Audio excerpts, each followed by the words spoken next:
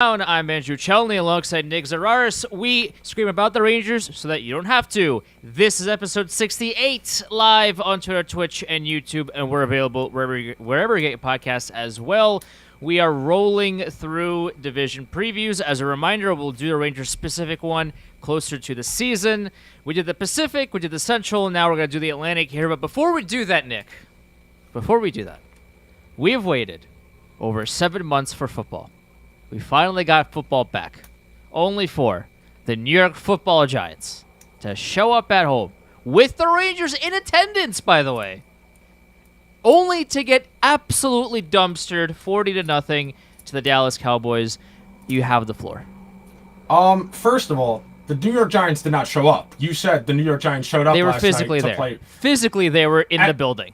That's even being generous. Like, technically speaking, yes, there were bodies in front of the Cowboys defensive linemen who were rushing, but they didn't actually do anything while they were standing there. And yes, the Rangers being there, losing is contagious. I was texting back and forth with Fitz during the game. As soon as both of us saw that, we started texting each other. The Rangers' bad vibes carry over. It's great the Rangers are having a great offseason. It's great Jacob True was painting. It's great that the Rangers got a box at the Giant game. Until the team starts winning, it's corny. I hate to be the boomer Facebook type guy where it's like, worry about the team, worry about winning, don't have a life. You got embarrassed the last time you were in public. I'm glad everybody's having fun this summer. I'm glad Lafreniere owns a Pop Smoke shirt. That's great. I'd like to win some hockey games. That's what it's about. And the Giants, I recorded the Giants podcast. I got to edit that as soon as we're done with this. All I'll say is they didn't belong on the same field as the Cowboys last night. They got punched in the mouth, knocked unconscious, and then the Cowboys beat the shit out of their unconscious body for 3 more quarters. It's not like in boxing where they stop the fight when the other guy might be dead. The Giants had to fight the last 11 rounds of a boxing match as a dead body, and it did not go well. They got absolutely obliterated. But the Jets play tonight. In theory, this is a decent game, so a little more football, hold us over till Thursday.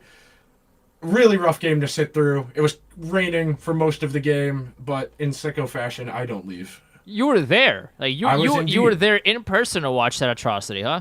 I didn't even get to see a fight in the stands, which is what I was hoping for. Because after the Cowboys blocked that kick and ran it back for a touchdown, the Giants fans who were in the first row of my section who were being obnoxious, yelling at the Cowboys fans, all sat down. And the Cowboys fans all stood up and started yelling at them. So I was like, okay, at least I'll get to be on Jerry Springer this week, at least. But I didn't even get a fight in my section. The most competitive thing I saw last night was the people trying to serve everybody at the concession stands as fast as humanly possible during halftime.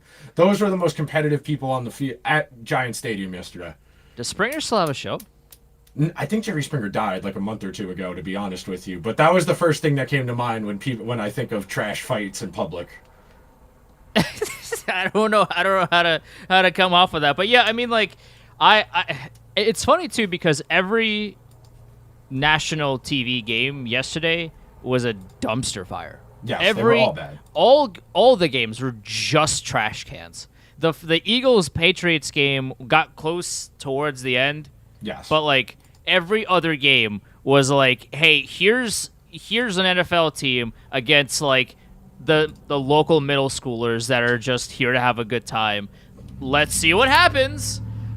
But because yesterday's games were so bad, I feel like today's marquee matchup has to be the best game of the season. Has to be because of just the duality of man that society brings us. I raise you the counterpoint to that. I put up those famous last words, the ones you just said, because this game features the New York Jets. I put those up there with, I'm going to go to the theater tonight by Abraham Lincoln and drop the top, Jackie, let's flex a little bit from John F. Kennedy.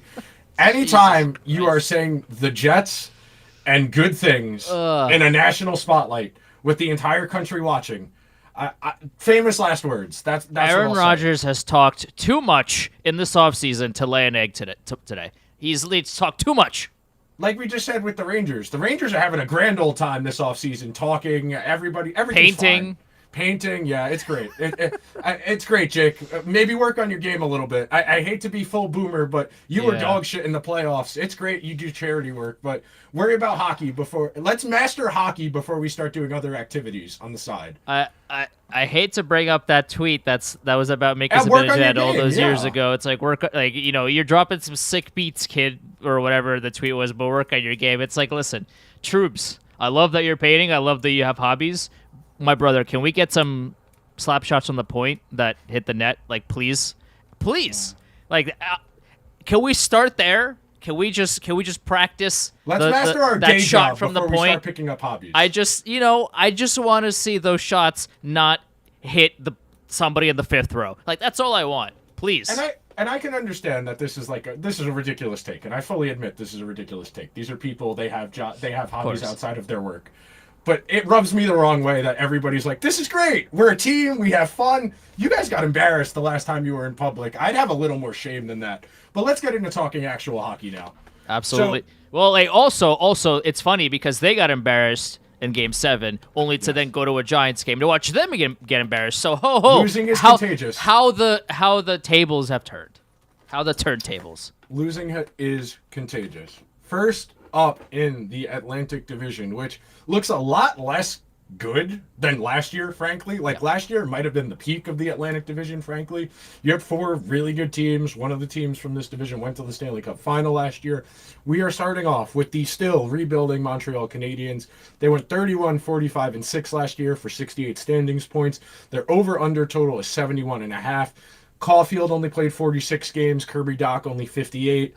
Marty St. Louis still doing the perpetual positivity thing, which I actually like from a coach on a rebuilding team, as opposed to forcing guys like Mike Matheson and Jeff Petrie into top pair minutes roles. They're letting their young guys take their lumps. I mean, I was reading something in The Athletic today about Juraj Slafkovsky, where Marty St. Louis said, as long as he's touching the puck, I don't care what he does with it, because that means he was in the right position to get to the puck.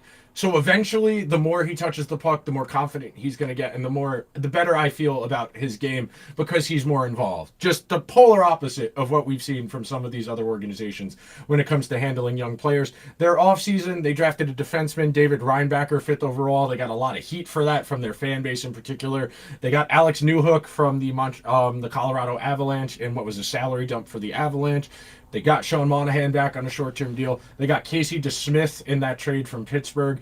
And they may or may not have Lane Hudson called up from BU at some point whenever the college hockey season ends this year. This team is still very far away. Slafkovsky might not even make the team out of training camp. They have a lot of guys. Which would be insane, by the way. If he doesn't make the team. It would be insane given how controversial at the time the pick was. The Canadians took the leap. They're like, okay, we believe in this guy so much, we're gonna take this guy over a lot of the other names that are potentially rumored to be going to Montreal. They went all in. He hasn't really been all that terrific since then. He didn't look ready for the NHL last year. He looked like Kakko as a rookie, where he was too slow, he was out of his depth. He didn't look ready for the NHL. I am very interested to see how Slafkovsky turns around this season, because if he put in a full off season of, hey, I was too slow, I was too this, I was too that, let me work on that. If he does that, he shows up this season and he's going to be an NHLer. If he didn't do that, we have problems. Because this team, realistically, very much still in the early stages of a rebuild here. Suzuki's a good player. Kirby Dach's a legit NHLer. Caulfield will be a 30-goal guy pretty consistently. Newhook never really reached his ceiling in Colorado. This team has a lot of guys where if they become available at the deadline, someone like a Josh Anderson, a Christian Dvorak, a Brendan Gallagher even, they could get decent returns for those types of guys. Even a Sean Monahan to a contending team to be a 3rd or 4th liner. He has some value, but Montreal has basically no good defensemen. Like, I'm looking at this depth chart now. Their best defenseman is probably Michael Matheson, who's only offense and doesn't actually play defense. And then their goaltending situation, Carey Price isn't going to play hockey again. Sam Montembeault was decent, all things considered, last year. He had pretty good goals saved above expected numbers. But Montreal is not going to be a good team. 71 is a low number. There's a world in which I see them going over that, but more than likely, they're picking in the top 5 of the draft again next year. I also like Jake Allen for what it's He's a worth. solid Like player. I think for what he's been tasked to do, which is a monumental task of trying to play goalie for a team that's essentially trying to lose, is not an easy job for a goaltender to do. And Jake Allen, for by all accounts, did the best that he could. Yeah, this team is bad, but like that's not a surprise. We knew this team was going to be bad. They probably will be bad again next season, and then maybe 2 years down the line, the Canadiens will start winning some games. I do think 71 is kind of low, given how high the ceiling is for a lot of these guys. Caulfield, Suzuki, Doc. Like, if they stay healthy, this team could reach maybe 78, 79 points. I can totally see a world in which they won't make the playoffs, but they might be a little bit closer to that line than people think that they could. But that very much hinges on, can the top guys be healthy? Because if they miss even 7, 8, 9 games, it's over. The whole season's over. But if they hop on the ice for 80, 81 games, then maybe they get a little bit closer. That's the thing here. You just want to see the younger guys keep getting better. Your draft picks start to make it to the NHL, go upwards from whatever lower tier you're playing at, whether it's the AHL, NCAA, or Europe. You want those guys to start slowly making their way. You need Slavkovsky to play 75, 80 games and look comfortable. Like, we talk about the jump that Kakko made year 1 to year 2 to year 3 to year 4, where now Kakko's a bona fide top 6 NHL forward. It's just a matter of if he's ever going to put up the counting stats or not. You need that type of jump, because Slavkovsky just wasn't ready for the NHL last year, but the NHL has the stupid rules with the AHL where you can't be a certain age, and if you're under 21, you have to play in junior hockey, but the Canadians didn't want Slavkovsky playing in Europe. So same kind of issue the Rangers had with Kakko, where he clearly wasn't ready for the NHL, but he wasn't eligible to play in the AHL. So that's something to keep an eye on if he makes the team out of training camp or not. It's a team that has a long way to go, but I like what their thought process is with their young guys. It's something that the Rangers should have done a few years ago. Of like, hey, these are the top young guys on this team.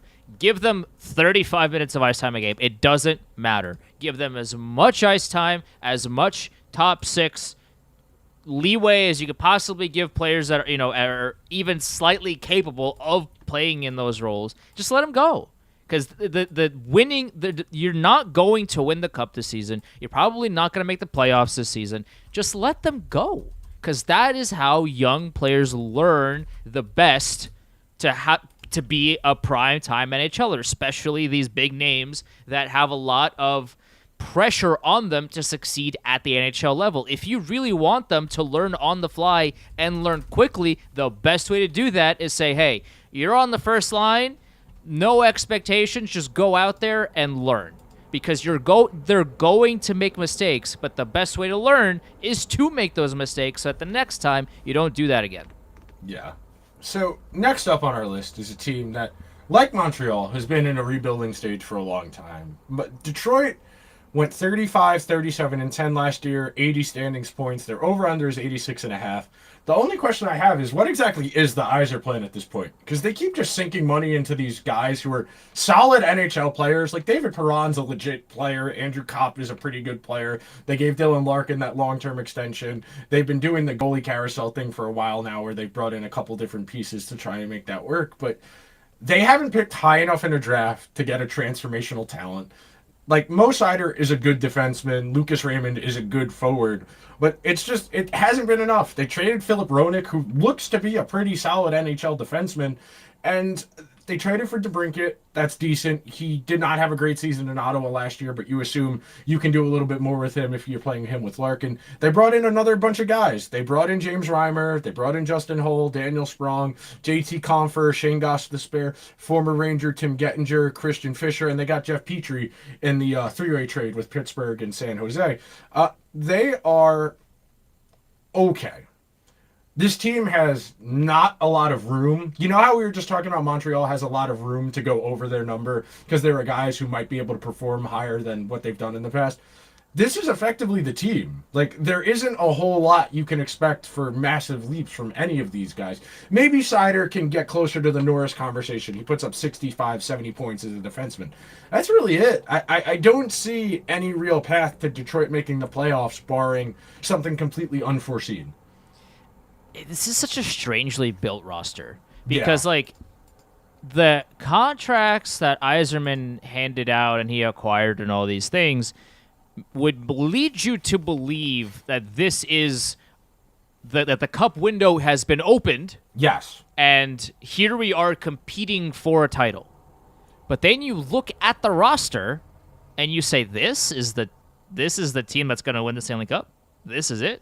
They have some good players. I'm not talking negatively. Like, Dylan Larkin's a great player. Alex DeBrincat, who I don't know what happened in Ottawa, but he's should be a really good player all around. Lucas Raymond should be better than he was a season ago. They have good players on the team, but is anyone picking the Red Wings to win the Stanley Cup this season? The answer is a big fat no. I mean, even if they get even if they get Gibson, even if they get Connor Hellebuyck, which I don't like.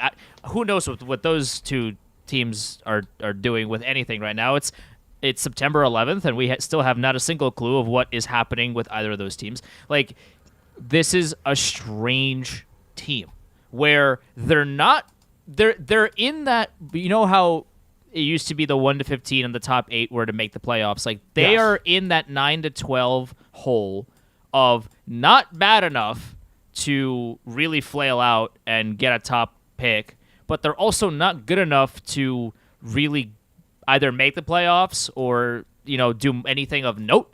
They're in that 9 to 12 hole of, like, they're not bad, they're not good, they're stuck in this weird kind of in between. And I don't really know what the plan is for Yzerman because, like, again, there's good players on this roster, and I see where potentially he was trying to go with it. But at the same time, like, this is not a scary team to me. If I'm playing this team, if I'm the Minnesota Wild, for example, and I'm playing the Red Wings, I feel okay about it. I'm not too afraid of playing them. Like, if I'm the Dallas Stars and I have to, like, let's just pretend that the Stars and the Red Wings are back in the same conference again. Like, if they were to play a best of 7, I'm not afraid of this team. Like, this is not a collection of individuals that I'm afraid to play at any given moment in time right now, and I don't really understand what the end goal for Steve Yzerman is this season. I'd love to ask him, like, what his expectations are for the 2023-24 season, because I kind of don't know. So the one last point I'll make on Detroit before we move on, I can tie this back to the Rangers in the same sense that they have prioritized trying to remain competitive during their rebuild. They have tried to bring in veterans under the guise of, these are experienced players. We don't want our young guys coming onto a team with no talent where they don't have any opportunities to succeed. But the problem with that mindset is the Red Wings have spent a lot of money, and they're not getting value back on what they've spent on guys like Kopp, guys like Perron, Ben Sherratt, who they signed last summer. They're not getting the value they've sunk into those guys, and you've handicapped your ability to grow. Because at the very least, what Montreal is doing, where they're giving these young guys the opportunity to sink or swim, they've given their young guys room where if they play better than they're expecting, they continue growing, on that ascending pattern, how talent develops. You say, okay, we can do something with this. But like Ben Sherratt, Jeff Petrie, Justin Holl, Gostisbehere, Jake Wallman, those types of guys, they're not really going to get better. Andrew Kopp, Daniel Sprong, David Perron, JT Compher, those types of guys that is who they are. Those guys are in their late 20s or early 30s. They are who they are, and there isn't room to improve. That is the issue. And to your point, they sneak into the playoffs as a wild card. It's cool, great. You get 3 playoff home games if you get to a Game 7. But they're going to be playing the Devils, the Hurricanes, the Lightning, or the Leafs in round 1. And they would be a steep underdog in any series against any of those teams. If I'm the Devils, I would love to play the Red Wings in round 1. Like, it's just... Yes.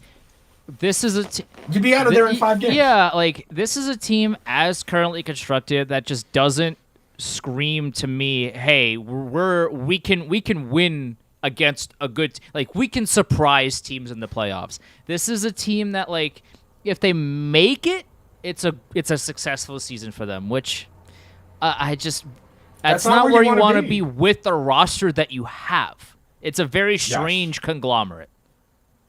Yes. Next on up, a team that made a real effort last year. The Ottawa Senators made a decent improvement last year. They took some gambles. You know, they traded for DeBrincat prior to last season. They traded for Jacob Chychrun in season. They went 39, 35, and 86 standings points. They missed the playoffs by 6 points. They were the second to last team out behind the Panthers, who were the last team in. Over-under this year is 91.5. This is a decently talented group. They were okay last year. The issues, of course, they weren't great defensively in terms of structure because they have good individual defensemen in terms of talent. Their goaltending, again, was pretty bad to outright just terrible. They've tried to address that this year. They signed Jonas Korpisalo, who was not particularly good last year. They signed Eric Brandstrom. They brought Hamnick back. They brought in Kubalik and Tarasenko to be depth scoring, which both those guys should be able to give you 15, 20 goals, no issue. And then Zach McEwen, because you need a big guy every now and then to punch people when you're a bad team. Ottawa is what they are. There is a little room for them in a way there isn't for Detroit when you look at their lineup where some of these guys are still on that upward descent. We all had a long discussion about what they did with the Jake Sanderson contract last week, which really big gamble for somebody with, 75, 80 games of NHL experience and doesn't really have a path to significant power play points, which is kind of the issue when you start paying defensemen a lot of money, where if you're paying a defenseman $7, $8, $9, $10 million a year, they got to be your power play quarterback because they need to put up the counting stats to justify that contract. But Jake Sanderson doesn't have a path to that because Shabbat and Chychrun are ahead of him on the depth chart, which Jake Sanderson is probably going to be a pretty solid NHL defenseman, but he's never going to be worth that $7.5, $8 million they're giving him because he doesn't put up the counting stats. And when you're a defenseman and you're getting paid that much and you're not putting up the counting stats, your defense is never going to be worth as much as points would be.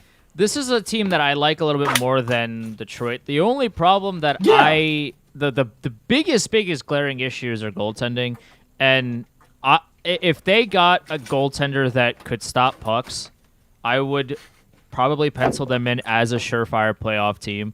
But because Jonas Korpisalo, I understand Columbus was an atrocity, but he didn't help. He was not the driving force for them being close or them stealing wins. He was bad. He was bad in Columbus. So, and I to a certain extent, yeah, it's not helped by the team being a dumpster fire, but the goalie on a bad team, if you're able to steal 5 wins that your team shouldn't be winning because they're bad in front of you, but you're so good that you're able to just snatch victory from the jaws of defeat. That's a goalie that can really help a team go from 88 points, let's say, to 96 or 97. That's the jump that the Ottawa Senators needed. Instead, they got a goalie and they paid a lot of money to this goalie who was awful in Columbus. The team was bad, but he was equally as atrocious. And it is very interesting to me how he plays in Ottawa. I am very curious to see how that goes because, and again, maybe he plays better with an actual NHL team in front of him. Maybe his confidence builds and he can start, picking up the pace. And by all accounts, I hope he does that because Ottawa, on paper, at least is a team that could do some damage come playoff time. They have the offense to be able to do it. I like their blue line a little bit. I don't like Artem Zub a lot. I don't like Travis Hamonic, but they do have some good pieces in their top 9 that could maybe offset that a little bit. I like their team to a certain extent. Their goaltending is a massive issue, and Zach McEwen is a guy.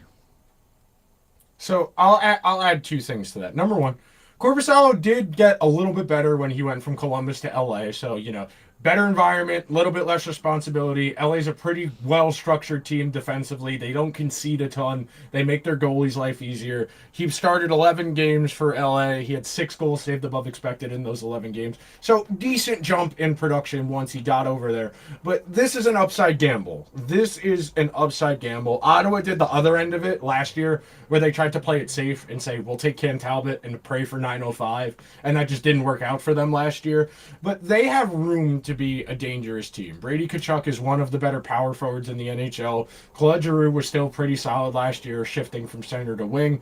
Stützle is the best forward from that draft class so far, at least, and looks to be a bona fide first-line center. The only other thing that really Ottawa we should probably briefly mention is that they may or may not have issues with the Canada investigation that's going on, because they've had a few players who were on that team who have been alleged to have been involved in that situation. So if the NHL ever comes, if that investigation ever actually gets to a conclusion point, they may have to grapple with, oh, we have lost 2 players from our top 6, and your entire season is vastly different.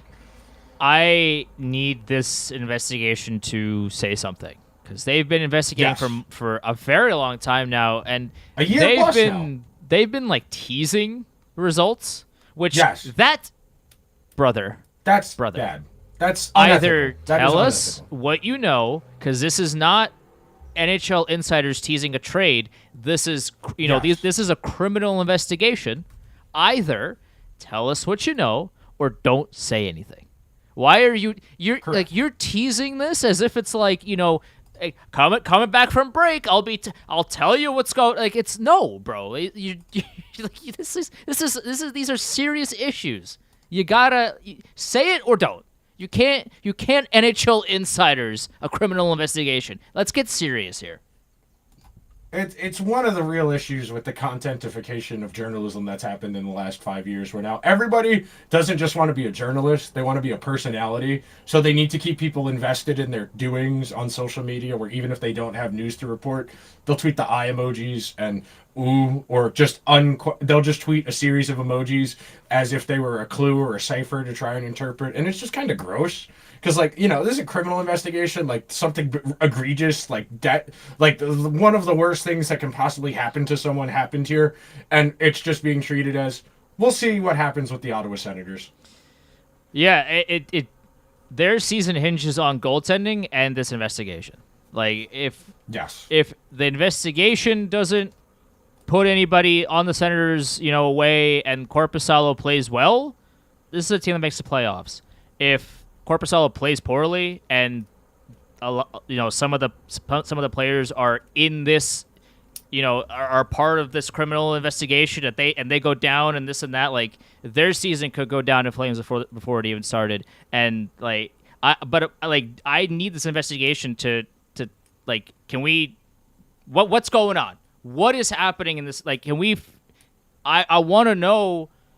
At least, who could potentially be involved, because the Senators would like to know. Maybe they do, and I don't know. But this is not this is not Bob McKenzie, saying that, hey, this guy could be traded.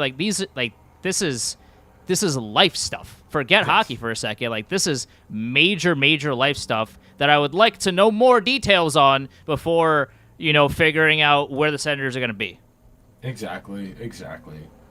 Next up in this preview, we have got the Buffalo Sabres, who were a pleasant surprise last year. They were fun to watch. They weren't an amazing team. They got closer last year. 42, 33, and 7, 91 standings points. Over under 92.5 this year. They finished third in the entire league in goals last year. Really explosive offensive team. 2 back-ended guys in Owen Power and Rasmus Dahlin, who are strong play drivers from the back end. Tage really exploded last year, 47 goals, one of the league leaders. Really good secondary scoring years from guys like Dylan Cousins, Victor Olofsson, and Jack Quinn. The defense, other than Power and Dahlin, still, they need a little bit more back there. The goaltending last year was not great. Ukko Pekalainen and Craig Anderson did their best. Craig Anderson, is 54 years old and still got 15 starts last year. Pekalainen tried his best. They should, in theory, have Pekka Luukkonen, yeah, I don't know what the hell I just said. I just said Pekka Rinne. Yeah. My Ukko brain. Pekka Luukkonen. Ukko-Pekka Luukkonen, yes. Say that 5 times fast at 3 a.m. with the lights off. I will not be doing that. They're hoping that Devin Levy, who was great last year for Northeastern, really good college goalie, can come in. But if Devin Levy hits, you run into the conundrum we talked about with the Pacific Division, where you talk about guys like Phoenix Copley and Stuart Skinner, who've never started more than 20, 30 games in a season. If Devin Levy hits right away and he's at 45 games in February, and the Sabres are pretty close to a playoff spot or in a playoff spot, they're going to keep riding him, and you really run the risk of burning your young goalie out before you get to the playoffs. But the Sabres have a really good chance this year to be a playoff team. I think they will make the playoffs. I like the Buffalo Sabres a lot, and I think that they make it and Boston doesn't. Like, this is a team that was knocking on the door last season, and if they had better goaltending, that they probably would have made it.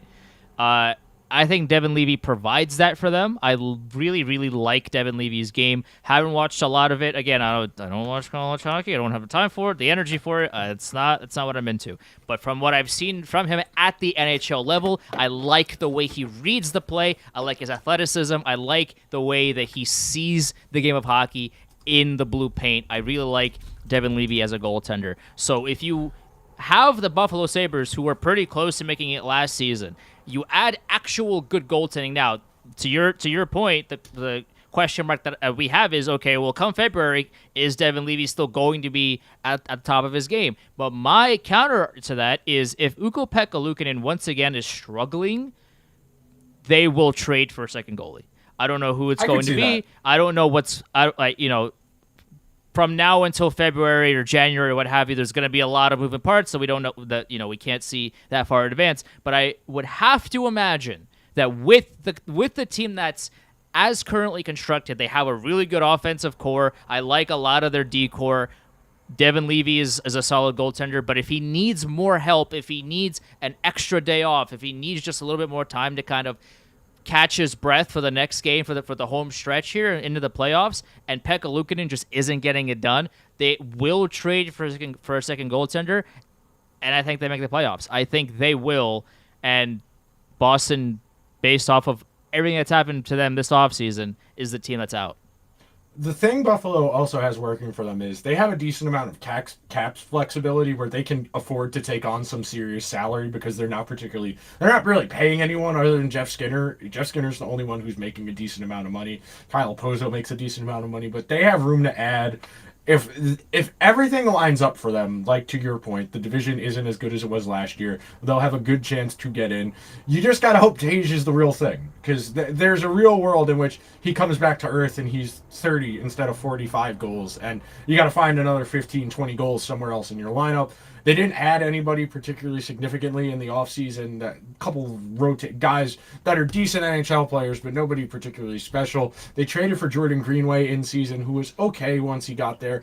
But their top six is solid. They've got two really good defensemen, and they've got a goalie prospect who, by all accounts, based on his college track record, should be really good. I mean, this is somebody who had a .950 save percentage in college 2 years ago and a .930 something in college. So even if he's only .915 in the NHL, that's outstanding. My counterpoint to Tage potentially not scoring 45 goals again is that because Devin Levy is an actual goaltender and he's good at his job, he won't need to. Because the Sabres won't need to score 9 goals to win a game. Like, they can actually have a dependable goalie in there, and Tage won't have to score, seven times a game for them to at least for them to at least get close to games. Like, I feel like those two things kind of cancel each other out. Like, yeah, Tage might not score 45 goals, but he might not need to. They brought in Eric Johnson, I forgot Eric Johnson was still in the NHL. He's been around for a little while. Tyson Jost, who, solid bottom six guy. Two former Rangers, Dustin Tokarski and Justin Richards, guys who, again, I forgot were alive. And they should be a playoff team. If everything lines up for them, I think they'll definitely be in the mix no matter what. It's just a matter of how the teams in front of them perform, I think. I don't know if it's a hot take or not, but my take nonetheless is they make it and Boston does not. You gotta save your takes for as the episode goes along, because now you've disincentivized people from continuing to listen. Well, here's the thing: like, if they make the playoffs, Nick, someone's got to get out. Someone's got to do it. I mean, I could really use my radio expertise and be like, oh, who's the odd team out? Oh, stick around, and we'll tell you. But we don't have any breaks, so I gotta lay it out as we go. Next up on our list, the Florida Panthers, who went to the Stanley Cup Final, who now resemble a MASH unit. 3 of their 5 best players are probably not going to start the season on time, in Tkachuk, Ekblad, and Brandon Montour. They are the textbook example of a ceiling versus floor team. They did not play particularly well in the regular season. 42, 32, and 8. That's 42 and 40 in a normal sport. 92 standings points. They just snuck in last year as the last team. Their over-under total this year is 97.5. They upset the best regular season team in the history of the NHL, the Bruins, last year. They pulled it out of their ass more than once in the playoffs last year. Lots of overtime wins. Lots of our best players are better than your best players, and our best players are going to make plays in those key moments. Tkachuk had something like 4 overtime game-winning goals in a playoff run where there was just not a lot of talent. I mean, this is a team that was playing Mark Stahl and Eric Stahl last year in the Stanley Cup Final and somehow was competitive. Just a testament to how good their players are. Weird offseason. Oliver Ekman-Larsson, Mike Riley, Dmitry Kulikov, Nico Mikkola, Steven Lorentz, Adam Stolars. They know they're going to be really dinged up to start the year, and they went for volume on the back end as opposed to trying to get a quality guy to fill in that gap. It's a matter of when their hurt guys come back. That's really what it is for me. If they are long-term injuries, or even if they come back too soon and you're playing at a depreciated value, you think about all the injuries Aaron Ekblad's had over the years where he just has not been able to stay healthy at any point, but when he's been healthy, he's been really good. This is a really good team, but I worry about Paul Maurice year 2.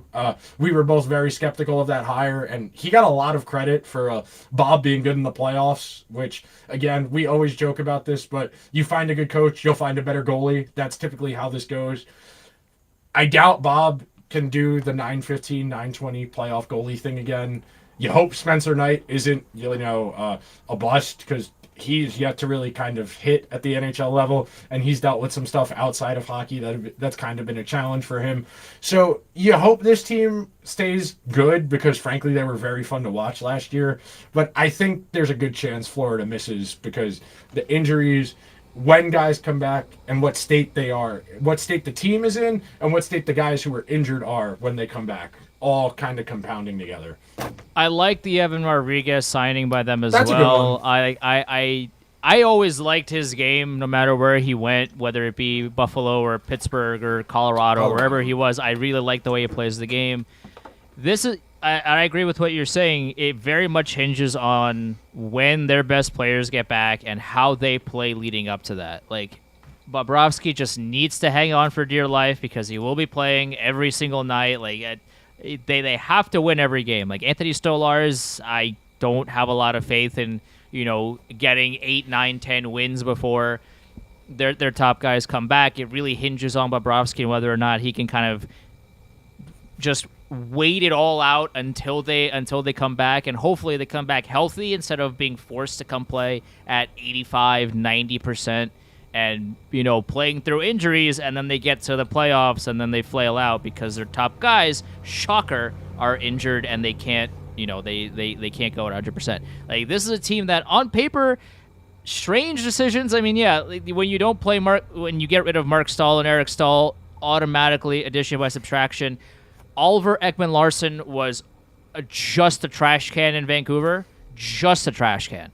So maybe he performs better in Florida. That's kind of what they're banking on. So I for Florida's sake, I hope they're right. I hope they're bet on a guy who was not very good in Vancouver and and by all accounts was very surprised to be bought out by Vancouver, despite him playing like a trash can, which you would think that if you played that poorly, you maybe would have some kind of inkling that, hey, this team, it's not a good fit anymore, and yet he was taken aback by it. So Nico Mikkola is okay. Kulikov is okay. I mean, this is his 18th return to Florida. My man's always finds a way back to Florida. Mike Riley's fine. I think they're going to make the playoffs, but it just very much hinges on when their big guys come back. Because if they hit a snag, especially in their injury return, and they can only come back Christmas or early January, that's a massive issue. But if they could come back by like Thanksgiving, they're it. There's a talented team here. They have room to pop off, which is what worked for them in the playoffs last year. You know, we talked about that in regards to Ottawa, to Montreal, to Florida as well, where they have room for they really had a high upside. And Bob came out of nowhere last year. He was a 901 goalie in the regular season, and he played at 915, 920 in the postseason. That's really, that you don't expect things like that to happen. And he was a driving force for them in the playoffs last year. He showed the ability to be a really good goalie in flashes now, and it's just a matter of, can you find that guy consistently? And the answer for most of his tenure in Florida has been no. He was really good for those 4 weeks in the playoffs, but and then the Cup final came and can we just see that more consistently from a guy that makes $10 million a year? That's all Florida's asking. We know, if you're the Panthers management, we know how good you can be. Can we see it more consistently? I feel like that's their biggest gripe with him. He's game to game, week to week. You kind of don't know which side of Bob you're gonna see. Either you get the guy who literally, him and Tkachuk single-handedly carried the Panthers to a final spot, or you're gonna see the guy who got the 901 save percentage. He's barely keeping his head above water. You don't know which Bob you're gonna see. It's a very Jekyll and Hyde kind of player. They need him to be more consistent. Yeah. For the first time since 2019, the Tampa Bay Lightning did not make the Stanley Cup final last year. They were a really, really reserve team in the regular season. They did not go balls to the walls trying to play particularly well or consistent in the regular season. They just wanted to get in. They fell in 6 to the Leafs in the first round last year. They're a solid team. Their over-under total is exactly the same as the Bruins, which is 100.5 standings points. I think there's a good chance Tampa Bay goes under that number. The Tampa Bay Lightning are why the salary cap exists. It took a while for the salary cap to catch up with the Lightning. But this team, man, you look at their 12 forwards, they have really lost a lot of talent over the last couple of years. As good as Point, Stamkos, Kucherov, and Cirelli are, we're talking about a team that's projected to have Hagel and Connor Sheary in the top 6, Nick Paul and Tanner Jeannot on the third line. And then on that back end, man, Hedman and Sergachev holding on for dear life because Calvin DeHaan is effectively a replacement-level defenseman. Chernak is fine. Bogosian is fine. But there just isn't a lot of room for this Lightning team to kind of go crazy unless they are able to do with Jeannot what they did with Hagel. I don't really see a path. Or same thing with Nick Paul. If they can get Nick Paul a tier better, okay, then maybe we can talk about this. But you've lost Palat. You've lost Killorn. You've lost Gaudreau. You've lost Gord. You've lost Blake Coleman. You've lost Ross Colton. You've lost Ryan McDonough. You have had to make a lot of tough decisions over the last couple seasons to try and keep this window open. And Tampa Bay can very easily make the playoffs, but I think their window as a cup contender has passed. I agree. I like the Tyler Mott signing, former Rangers legend. He might be. I mean, if the Lightning, if Vasilevsky gets injured, as an example, and they become sellers at the deadline because they need to recoup some assets for next season, Tyler Mott might be a Ranger again for the third time. I don't know. We'll see. But this is a team that will be carried by Vasilevsky and Stamkos, Point, and Kucherov. Yep. That's kind of it. I really don't enjoy the rest of their team. Yeah, I mean, of course, Hedman is still there, and Sergachev is still there, and they're going to be good on the back end. But, this is a team that is way less scary than they were a couple of seasons ago because of the salary cap. They, like you said, lost a huge chunk of what really made them scary, because it's one thing to have a lot of top-end guys. It's another thing to have all 4 lines be dangerous to play against. And right now, if you look at Tampa's roster, the first line obviously is still very dangerous. The second line, Connor Sheary is projected to play top 6 minutes for the Lightning.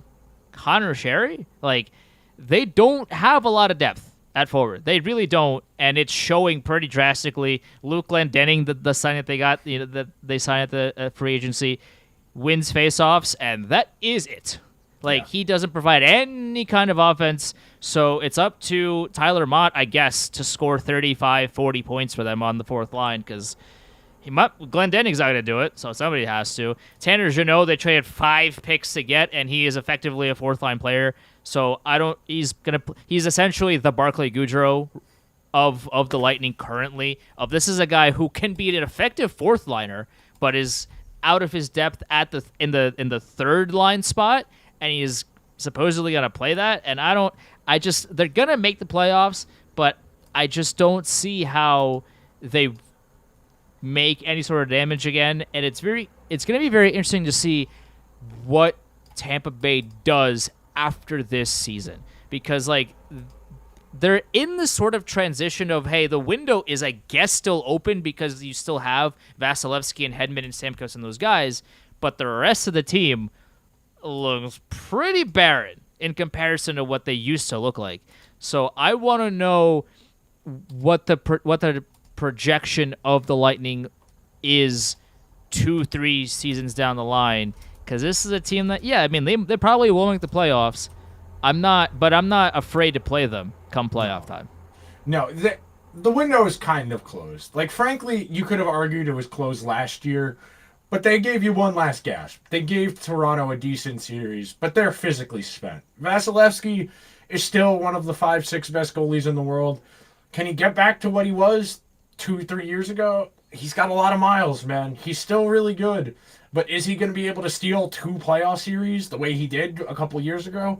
Probably not at his age. Goalies, typically, the elite ones usually age pretty well, but you can only ask so much of a guy. He's good, but for this group to be where I think Tampa thinks they are, he's going to have to be the best goalie or second best goalie in the league, and I just don't think that's feasible at the point he's at in his career. He can still be the 6th best goalie in the league, but the difference between the 2nd and 6th best goalie, that's a really big difference.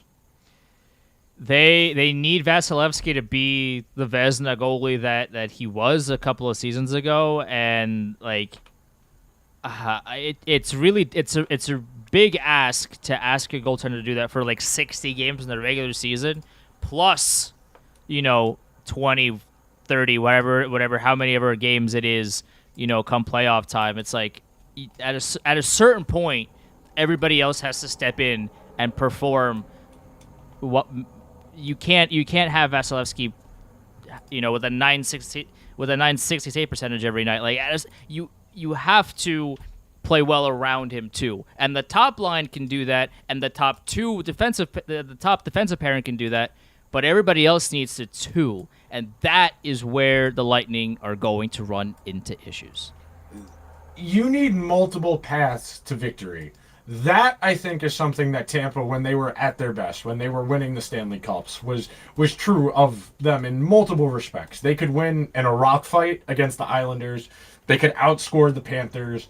They were versatile. They could win in a bunch of different ways. They could get scoring from anywhere. That third line is one of the best playoff third lines of recent memory, really. It's the Coleman, Gaudreau, Gord line, and the Hagelin, Benito, Kessel line. Those are the 2 best third lines of probably like the last 10 years or so. And there's a reason that it's really hard to maintain teams of that caliber, and why the salary cap exists, frankly, is to squeeze teams like Tampa. Because if there weren't, they'd probably still have a lot of the guys they've had to get rid of over the last couple of years. But the NHL salary cap does occasionally work. I know the Lightning got around it more than once, but occasionally it does have its desired effect. They'll be there, but they'll be there for a good time, not a long time. Yeah, if they get in, they're going to have a tough go of it. Next up, Boston Bruins, who I said exact same over-under total, 100.5. Best regular season team ever last year in the 82-game format that we went to, 135 standings points. They were dominant in every single phase of the game. The only real major changes from the year prior, David Krejci came back from playing over in the Czech Republic to be the second-line center, pushed Charlie Coyle down in the lineup. They got great goaltending from both of their guys. Ullmark and Swayman were both outstanding, both in the top 10 of goals saved above expected, both 925, 930 goaltenders. They ran into Murphy's Law. Anything that could go wrong for them in that series against Florida did. I remember talking about that series and saying the only way the Panthers win this is if the Bruins absolutely blow it. And you can't say a series where there were 3 1-goal games, you blew it, you didn't get any bounces. Hockey's a dumb sport. This happens. We saw Tampa Bay do this 4 years ago, where they were the best regular season ever to that point, and Bob said, "No, you're not." And whenever Bob needs to beat the best team of all time, he can do it. But ask him to beat the Senators on a weeknight in February, and he's not going to be able to do it. The Bruins brought in a lot of bodies. They did the nostalgia play, so they'll sell some Lucic jerseys, which will make a lot of older people happy. JVR is still a solid hockey player. He'll be fine for them. They brought in Shattenkirk to be some depth defense, and they'll be fine. But man, you lose one of the 10, 15 best centers in the entire league in Bergeron. You lose one of the best second-line centers in Krejci. You're looking at, what, Charlie Coyle and Pavel Zacha down the middle? The drop-off there down the middle is immense. And Pasta's still great. Marchand's still great. McAvoy and Lindholm will both be top 10 Norris guys. But you lose 2 centers, and 2 great ones at that, and really quickly you start worrying, well, I think Buffalo is probably better than them talent-wise. I think there's a real argument that Tampa Bay and Florida might be better than the Bruins talent-wise. I think this number, 100.5, I think this is really high, in all honesty. I agree. I would be hammering the under on this, on the Boston Bruins team right now. When you lose Bergeron and Krejci and you don't replace them with anything remotely close, it is a massive, massive drop-off. And it's impossible to replace Patrice Bergeron because of just how good of a two-way player he was. We made our top 20 list a few weeks ago, and I would have included him again in my top 20 had he not retired. Like, that's how good Patrice Bergeron was last season. And you lose that kind of player, you don't replace him in any shape or form, and then you also lose the second best center on the team in David Krejci, and you don't really replace him either. Like, yeah, you bring in Morgan Geekie and Jesper Boquist and all these guys, but like none of them sniff David Krejci's talent. None of them sniff how much he meant to the team and the organization and all these things. So yeah, JBR is a fine player, and he's going to contribute some points and all that. And Pasternak is still great. Marchand's still great. Jake DeBrusk has really been playing well for them. He was great last year. He was a 30-goal guy. Yeah, he was. Yeah, he was really ever since like that trade request a few years ago. My man's has been on fire in Boston. Like, he's been a revelation for them. McAvoy is still great. Lindholm is still great. But overall, this team is not going. It's tough to replicate when you're the best team of all time in the regular season to replicate that kind of success. So by default, they're going to fall back down to earth. But when you lose the 2 of the best players on your team and you do nothing to fix that gaping hole, and on top of that, not only do you lose those 2 guys, you lose essentially everybody that you traded for at the deadline last season. Hathaway left, Orlov left. Like, these are guys that meant a lot to the team in big situations down the stretch. You lose all of that, and you replace everybody with Kevin Shattenkirk and Milan Lucic. Okay, we'll see how that goes. Like, I guess my hot take is that just Tampa makes it, Buffalo makes it, Toronto makes it, Florida probably makes it, Boston does not.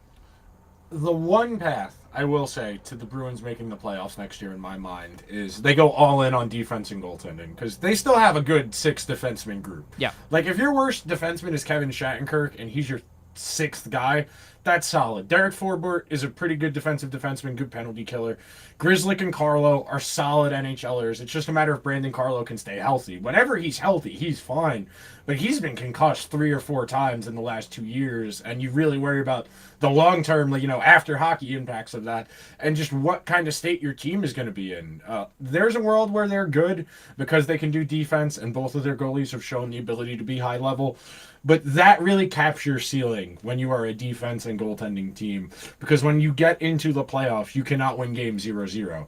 The Rangers have tried a lot to win playoff games 0-0 over the years. It's not doable. No matter how good your goalies are, eventually you need to be able to score. And we've seen the Bruins do this, where they've had really good regular seasons.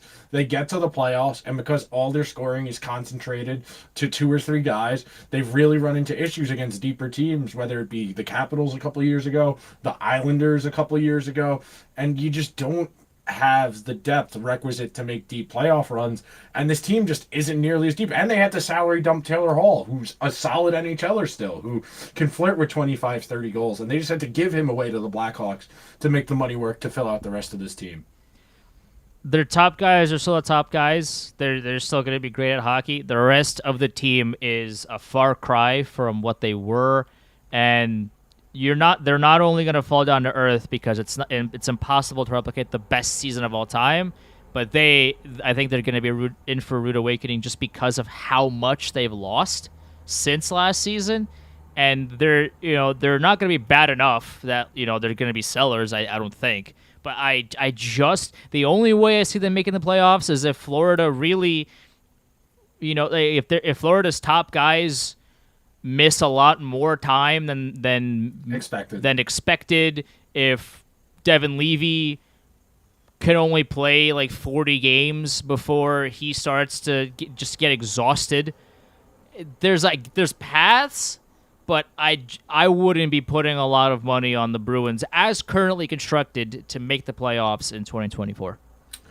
Last but not least, the Toronto Maple Leafs, 50-21-11 last year, 111 standings points, over-under total this year, 104.5.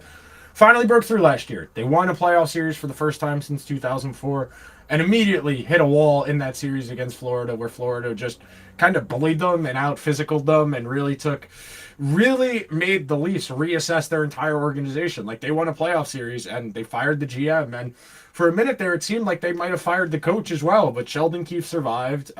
Brad Treliving's in charge. They brought in a lot of guys. They brought in John Klingberg, Tyler Bertuzzi, Max Domi, Ryan Reeves. They extended Ilya Samsonov, so they're going into the year with the tandem of Samsonov and Wall. Matt Murray may or may not be alive. We don't know about that. They're an interesting team. The Reeves signing is just awful. Stupid. It's just stupid. There's no other way around it. They already had Wayne Simmons doing that job, but they can't send Ryan Reeves to the AHL for whatever reason. I forget. I was reading about this where, Wayne Simmons said, if you claim me, I'm just going to retire, whenever the Leafs would pass him back and forth. But Reeves, whatever reason, sure. Domi's interesting. 3 years, by the way. Yeah, that's dumb. 3 years, $1.35 million to do what? To look angry on the bench and skate for 6 minutes of ice time a game? That's who you're paying $1.35 million to? Like, we talked about this before, multiple times, where, like, if you really like Ryan Reeves, just make him assistant coach, man. If everybody in the locker room loves this guy to death and, like, he's the absolute glue to a team, just make him an assistant coach or make him head of player development, or make him just make up a title for him and just pay him some money to hang around the guys. You don't have to pay him 1.35 times 3 years when he cannot play hockey.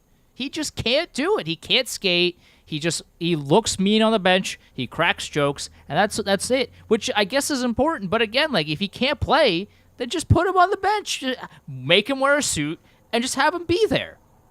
Yeah, man, it's silly. There's a really good team up front. The defense this year, you have issues because Jake Muzzin's probably not playing hockey ever again because of that back injury he suffered. Morgan Riley, TJ Brody, Jake McCabe, John Klingberg, 41-year-old Mark Giordano, and Timothy Liljegren. None of those guys really inspires confidence in terms of defense. They're decent at moving the puck and generating offense, but none of those guys are particularly effective defensively. And the goaltending, I mean, Samsonov, Wall, Matt Murray, they get by in the regular season with that because they're so good. They don't ask their goalies to do a lot. But in the playoffs, we have seen this be an issue for them over and over again. And neither Samsonov, Wall, or Murray is going to be able to start 50 to 60 games. So you're going to be in a true A-B tandem type situation here. And you just don't know who's going to hold up.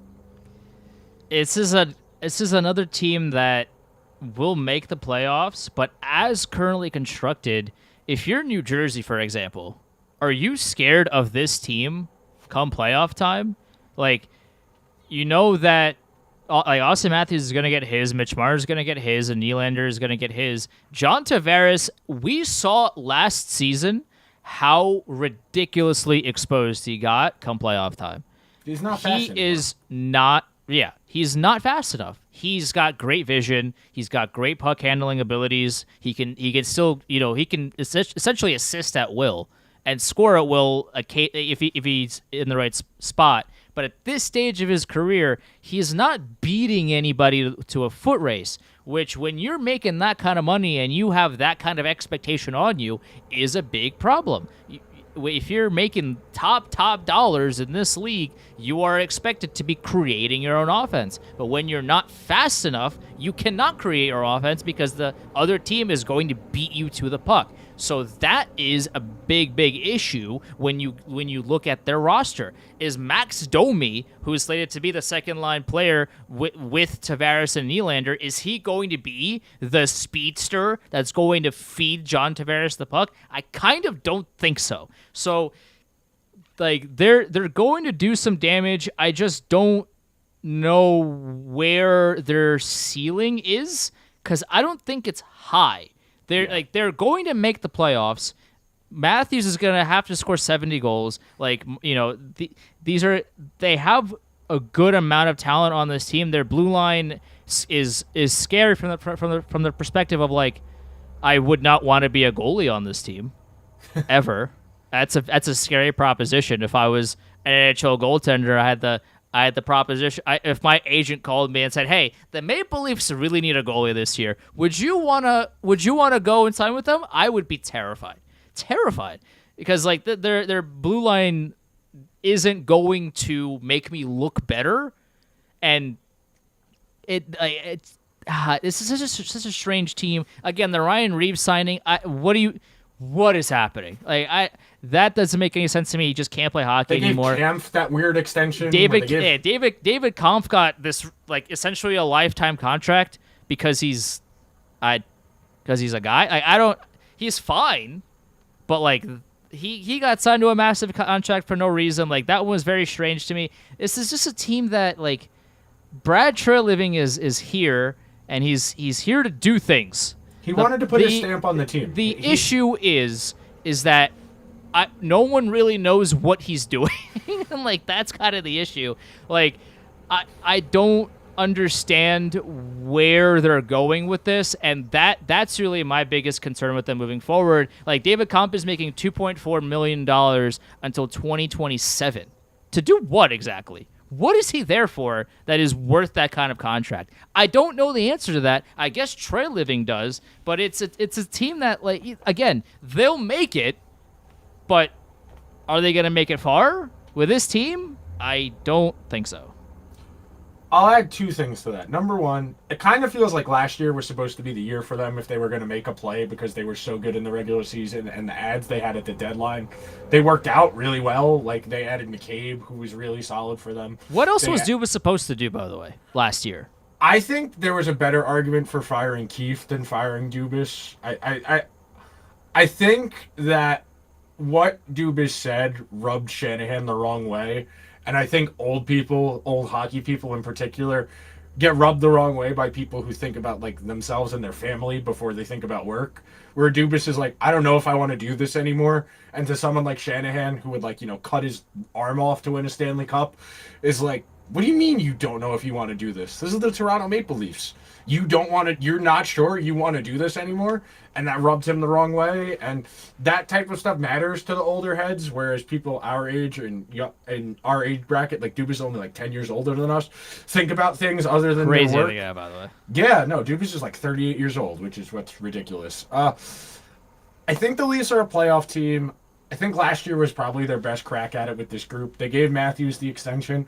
It seems like Nylander's going to end up staying, probably, but the Leafs are really going to be dependent on the cap taking a big leap for that to happen, frankly. They are essentially hoping on, like, they're living on a prayer, I guess, shout out to Bon Jovi. Like this is a team that really needs the cap to make a significant jump in order to keep their big players. They really need the cap to go up $10-15 million to keep Nylander here long term. Because like if they don't, okay, well, if the cap goes up like $4 or $5 million, they have to get rid of somebody to make money. Other decisions on this roster. They're gonna have to cut corners. They're gonna have to do what Tampa's already doing right now. Yeah. the thing about Toronto is that they are going to have to beat Tampa Bay without the success. Yeah. I like to think Toronto probably makes it. I think they can probably win a round or maybe two if everything gels for them, but I don't think they're a cup team. I don't see it. The depth is not great. Maybe Matthew Nyes is something, and that's something we're not accounting for. Maybe he's a 15, 20 goal guy, but you get down, those third and fourth lines are pretty gross other than Matthew Nyes. Like, Yarncrocs a solid NHLer, but he's not worth the money they're paying him either. No, it's weird because they should have more money than they currently do. Yes. Why are you paying Cal Yarncroc that money? Why are you paying David Kampf that money? Why are you paying Ryan Reeves that money? There were ways around their current issue. Now again, like, these guys aren't making $1 trillion a year, so you're not cutting a ton of space, but when you're the Maple Leafs, every single dollar matters. And instead of, adding that money and maybe acquiring one more player to really round out this roster a little bit better, they gave some bloated contracts away, and that's really hampering their ability to make a scarier team. Okay, let's rattle it off real quick. How many playoff teams? Buffalo, Tampa, Toronto, question mark on Florida. Like, it's weird, but I'm gonna say 3.5 because with Florida, like, I need to see where they are come like injuries. Come Thanksgiving. It's very important to know where they are because, like, as we know, the teams that are in playoff position come Thanksgiving are overwhelmingly are the ones that actually like make it in. %. Yeah. Like, I need to see where they are because, like, if their top guys are still like 6 weeks away, 4 weeks away, probably not. But if they're like either already on the team or are very close, then they probably will make it. It's tough to say right now. And Ottawa, I kind of don't want to touch with the 10-foot pole because we have no idea. I'm going to say 3. I think we get Toronto, I think we get Tampa, and I think it's either Buffalo or Florida, not both. Which of these teams has the best chance of being on... Which of these teams has the best chance of winning the Stanley Cup this upcoming season? It has to be Toronto, but you don't feel good about that. You would probably take 3 or 4 teams in the Metro alone before you would take Toronto. Is it weird if my gut check says Buffalo? That's preposterous. I don't have a lot of faith in any of these teams, really. Because they all have just these strange caveats that don't give me a whole lot of faith in them winning the cup. Toronto, if Matthews scores like 20 goals in the playoffs, sure. But other than that, this team is very top heavy, and I don't like their goaltending. And it's a very they don't scare me as much as they used to. Tampa Bay, as we talked about, bless you, are gutted to the core. Florida is a very they're either very good or very miserable, and there's no in between with them. Buffalo's an up-and-coming team. Boston's probably not going to make the playoffs. At least I think so, and if they do, they're probably not going to win a whole lot doing it. Ottawa, who knows what's going to happen with them. Detroit's not making it, and Montreal's not making it. So, I'm not confident in liking any of them, really. What about you, though? I think it has to be Toronto by default because I think Tampa's just shot at this point. They've played too many games. Florida isn't deep enough, and Buffalo doesn't have any experience. And even if they get to the 2 seed in this division, I don't know if Devin Levy can go from playing 35 games at Northeastern last year to 55, 60 games that would take them to go to a Stanley Cup final. I mean, the caveat is they have a lot of cap space. Yes. So if they really if they get to a hot start, and if they really play well, maybe Christmas or early January, they might use a lot of that cap space to get maybe a backup goaltender with experience that can kind of lessen the load. Maybe they get another forward or maybe a top 4 defenseman to really round out that team. And all of a sudden, their window is opening right before our eyes. There's no... Kyle Ekpo's has been around the block for a while, but there's not a whole lot of playoff experience on this team. So, but maybe the Devils kind of used that to their advantage last season. Now, again, the Rangers were miserable, so the Devils they looked bad for the first 2 games, and then the Rangers were like, we'll just stop playing hockey. All good. You can have this series. And the Devils came in and took it, but like they didn't have any experience either, and they skated circles around the Rangers for games 3 to 7, essentially, like that. So maybe not having experience in the playoffs isn't the worst possible thing for a team like Buffalo, because they've been on the cusp for a while. This is a team that's so hungry to get there that maybe if they just get there, they make some magic happen. I don't know if that's going to happen or not. Again, there's a lot of ifs then that's with the Buffalo Sabres, but I guess it's preposterous to say, but the avenue for them to potentially make it far, I think is stronger than some of these other teams. That's fair. All right. That'll do it for this week's episode of the Liberty Blue Podcast. We will be back next week. We will knock out the Metro Division, and then the Rangers specific preview will be the following week. Make sure you are subscribed wherever you get your podcasts. We're on all the major podcasting platforms, YouTube as well. We'll see you guys next week. I guess go Jets. I don't particularly care. I'll watch the game later, though. I just want chaos, baby. I want all the chaos all the time. Let's do it. Later. Later.